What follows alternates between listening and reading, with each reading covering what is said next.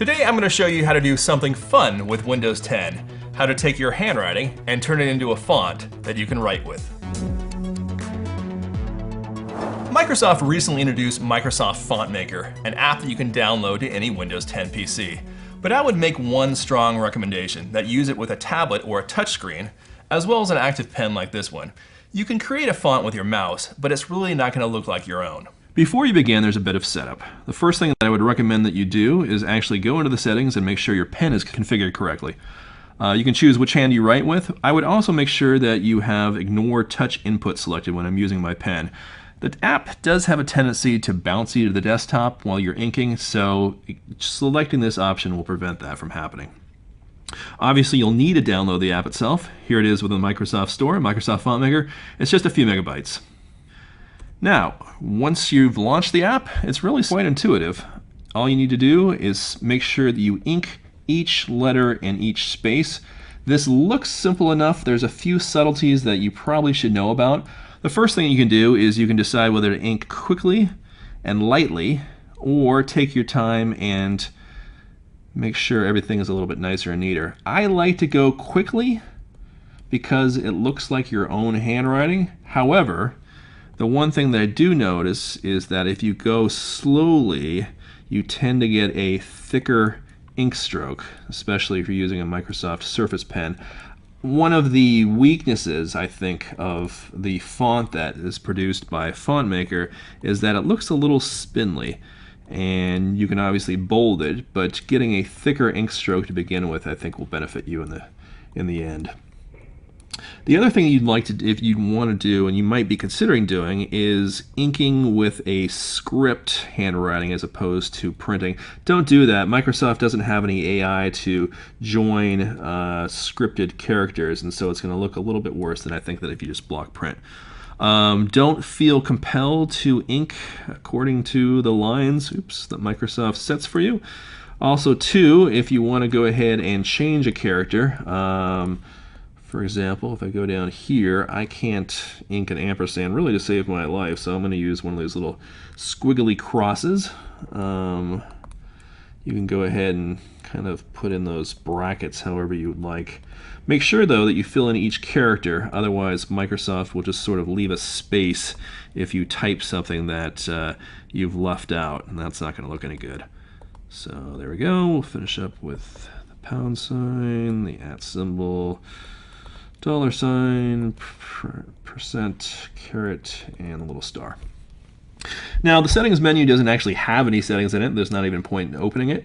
If you'd like, though, you can save your progress. It's not necessary. In fact, what you'll do here is it just kind of saves it as a project. Again, it's not really that necessary, although it's up to you. You'll find that once you go to the next page, you can go back using this little arrow up the top here, and that just takes you back in case you want to make a mistake. This page really isn't about actually inking the characters themselves. What Microsoft is trying to get you to do is tell it how you space out words and phrases, especially with ending parentheses like that period I just inked. So what we want to do is just go ahead and write how you would write. You know, I have a decent space between the words. I've got my capitals here.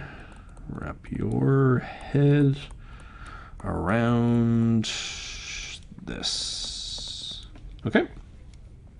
And the next page is really we're almost done. This really shows you what your font is going to look like in the real world. It's obviously taking a page from Hamlet. You can go back if you'd like. If you don't like the way it looks, you could go ahead and, I don't know, add, let's see where the 0 is. You could add a slash to that, or make your P a little bit more pronounced, or so forth. And again, you'll see that, for example, right there, you'll see that more pronounced P right there, if that's something you want to go ahead and do.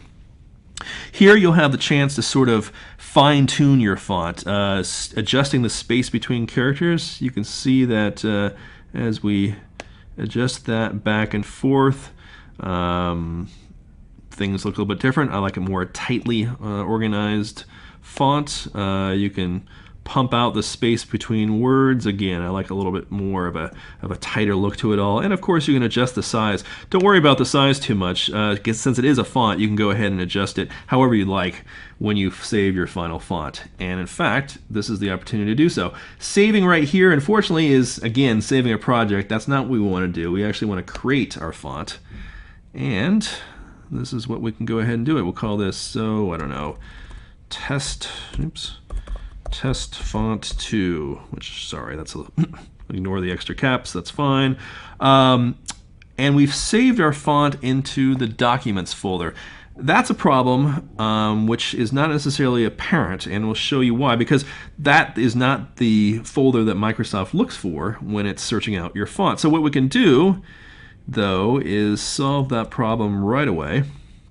And we'll take this test font 2, and what we're going to do is we're simply going to copy and paste it into the fonts folder, which is inside the PC. So we'll go into this PC, local disk, into the Windows folder, and into fonts. Open that folder up, hit Control V to paste it, and it actually quote-unquote installs the font, which takes just a second or two.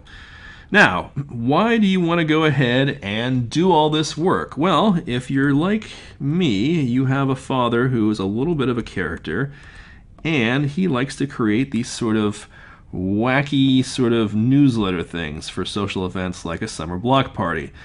And what we have here is we have a previous font, actually, Mark font, installed, which is based upon my handwriting, and you can see if we type it out, oops, that's on caps, sorry.